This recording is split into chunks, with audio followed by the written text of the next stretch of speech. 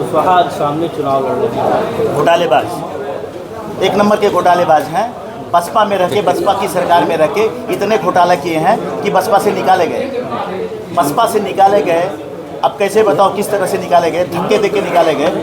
और धनंजय सिंह से समर्थन लेने के लिए तब जाऊंगा जब वो चुनाव नहीं लड़ेंगे।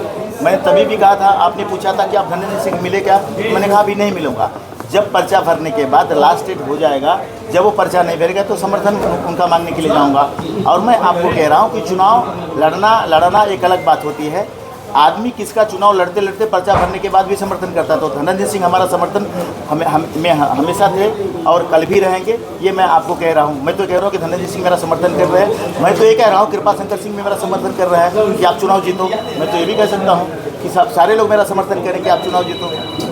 अभी बसपा में आपके साथी थे बाबू सिंह कुशवाहा आज सामने चुनाव लड़ रहे हैं। घोटालेबाज, एक नंबर के घोटालेबाज हैं। बसपा में रह के, बसपा की सरकार में रह के इतने घोटाला किए हैं कि बसपा से निकाले गए। बसपा से निकाले गए, अब कैसे बताओ किस तरह से निकाले गए, धक्के दे के निकाले गए। और आज आए हैं गठबंधन में। किसके गठबंधन में आए हैं आपको पता है, सपा और कांग्रेस के गठबंधन में आए हैं। ठीक है, तो आपको आप मेरे से पूछने की ज़रूरत ही नहीं है। वो घोटाला करके आए हैं बसपा से, और सपा की सरकार चाहते बने, जो कि असंभव है। सोच रहे कि सपा की सरकार बने और हम घोटालेबाज हूँ तो घोटाला करूँ, तो उनका कुछ अस्तित्व नहीं है। ठीक है, वोट बैंक जो होगा उनका, वो वोट बैंक अपना लेके जाएंगे, यहाँ पे वोट काटने का काम करेंगे। और उनको उनके ही कार्यकर्ता उनका पुतला जला रहे हैं। इसका आपके पास आप पूछे तो मेरे पास सबूत है इसका। जीत को लेकर वो पूरे आश्वस्त दिख रहे हैं, कह रहे हैं कि हमारी जीत तो पक्की है, कोई रोक नहीं पाया। हवा में मोदी जी ने क्या कहा था, मोदी जी ने क्या कहा था, अमित शाह से पूछा गया था, क्या कहा, 14 जब हमारी सरकार 2014 में आएगी तो हम क्या करेंगे कि स्विस बैंक से पैसा लेके आएंगे, गरीब को अमीर बना देंगे, हर आदमी के, इंसान के खाते में 14 लाख रुपए होगा। कहाँ गया, अब ये भी बोलते की जुमला है। तो 2014 में भी सरकार आई, 2019 में सरकार आई। बार बार वो चीज़ें नहीं होती है, बार बार लोग आपको आजमाते नहीं हैं। अब आप 400 नहीं 40 रखना आपको मुश्किल हो जाएगा। जाति समीकरण कैसे साध रहे हैं यहाँ पर, लगातार देखा जा रहा है कि मैं तो वही तो कह रहा हूँ, हमारे ऊपर ठप्पा नहीं है, हम इनके अनुयायी हैं। भगवान श्री रामचंद्र जी ने हमको सिखाया था कि अगर आप राजा बनने का काम करते हो, अगर आप नेता बनने का काम करते हो, अगर आप अगुवाई करते हो, तो इसमें मत देखो कि अमीर कौन है, गरीब कौन है, किस जाति का, किस धर्म का है। सबरी का बेर खाने का काम भगवान श्री रामचंद्र ने कहा था। मैं क्षत्रिय हूँ, हमारे साथ हर जाति हर समाज के लोग हैं, कोई जाति समीकरण की बात नहीं है। आज कॉन्फ्रेंस करने का क्या, उसके पहले भी आप कई बार कॉन्फ्रेंस करते हैं। आज कॉन्फ्रेंस करने का काम एक था, एक तो जो चीज़ों को बताना था, करना था, और उसकी बात बताना था। तीसरा सबसे अहम मुद्दा था, कुछ लोगों ने मुझे कहा, जैसे अभी पत्रकार महोदय ने हमसे सवाल किया कि आपने कहा था धनंजय का समर्थन, अभी उनकी पत्नी भी आ गई हैं, कुशवाहा भी आ गए हैं, तो हमें कोई ये न कहे कि आप बैठ गए क्या, आप चुनाव नहीं लड़ रहे हो क्या। तो मैं आया हूँ कहने के लिए कि मैदान में आया हूँ, और जौनपुर में पहले भी था, अभी भी हूँ। अब तो पार्टी बनाई है, इस पार्टी को राष्ट्रीय स्तर पे दर्जा दिलाने का काम करूँगा। जौनपुर से जाऊँगा नहीं, लोगों जैसे रवि किशन आए और चले गए। ठीक है, तो बहुत सारे लोग आते हैं और चले जाते हैं। कृपा शंकर सिंह आए हैं, चले जाएंगे, बाबू सिंह कुशवाहा आए हैं, चले जाएंगे। मैं ये कहने के लिए आया हूँ प्रेस कॉन्फ्रेंस में, चुनाव लड़ने के लिए आया हूँ, तो चुनाव भी लड़ूंगा, जौनपुर का विकास करूंगा।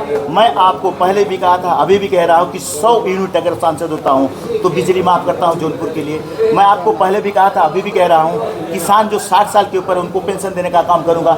मैं पहले भी कहा था, अभी भी कह रहा हूँ कि ओवरब्रिज बनवाने का काम करूँगा, जो यातायात की समस्या है। मैं पहले भी कहा था, अभी भी कह रहा हूँ, खेल का मैदान बदलापुर में बनवाने का काम करूँगा अगर मैं जीत के आता हूँ तो।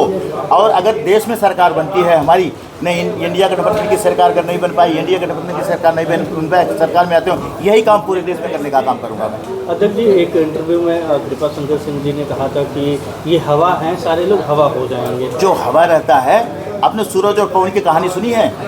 सूरज और पवन की कहानी, सूरज को क्या कह रहे थे पवन देवता जी सूरज भगवान को कि आप हवा हो, आप कपड़े नहीं उतरवा सकते। हमने बचपन में कहानी सुनी थी। तो जो कहता हवा है ना, तो हवा ही है वो, हवा में आए, हवा में चले जाएंगे।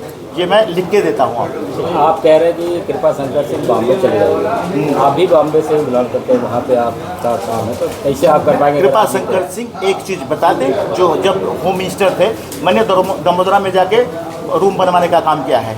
मैं अपने गांव में सड़क बनवाने का काम किया, ब्रिज अपने फंड से। अभी मैं सांसद हूँ, न विधायक हूँ, न मंत्री हूँ, न प्रधान हूँ, लेकिन ये होम मिनिस्टर है। जौनपुर वालों के लिए एक काम बता दें मैंने बदलापुर की लड़की को अपने विद्यालय में प्रिंसिपल बनाने का काम किया है।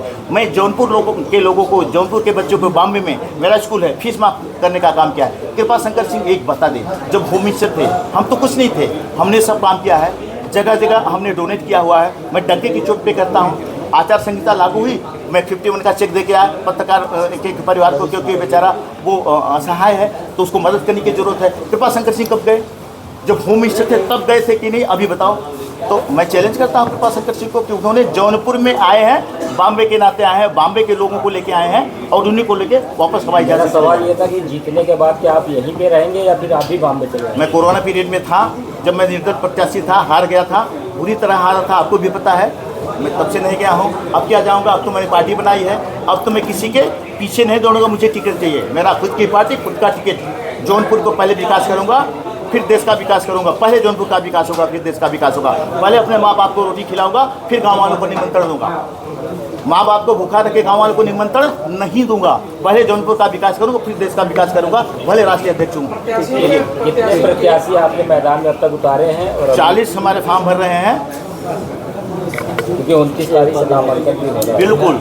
हमने 40 अब तक पूरे देश में उतारे हैं, 100 के पार हम करने के लिए जा रहे हैं और हम 50% प्रत्याशियों को जिताने का काम कर रहे हैं। धन्यवाद।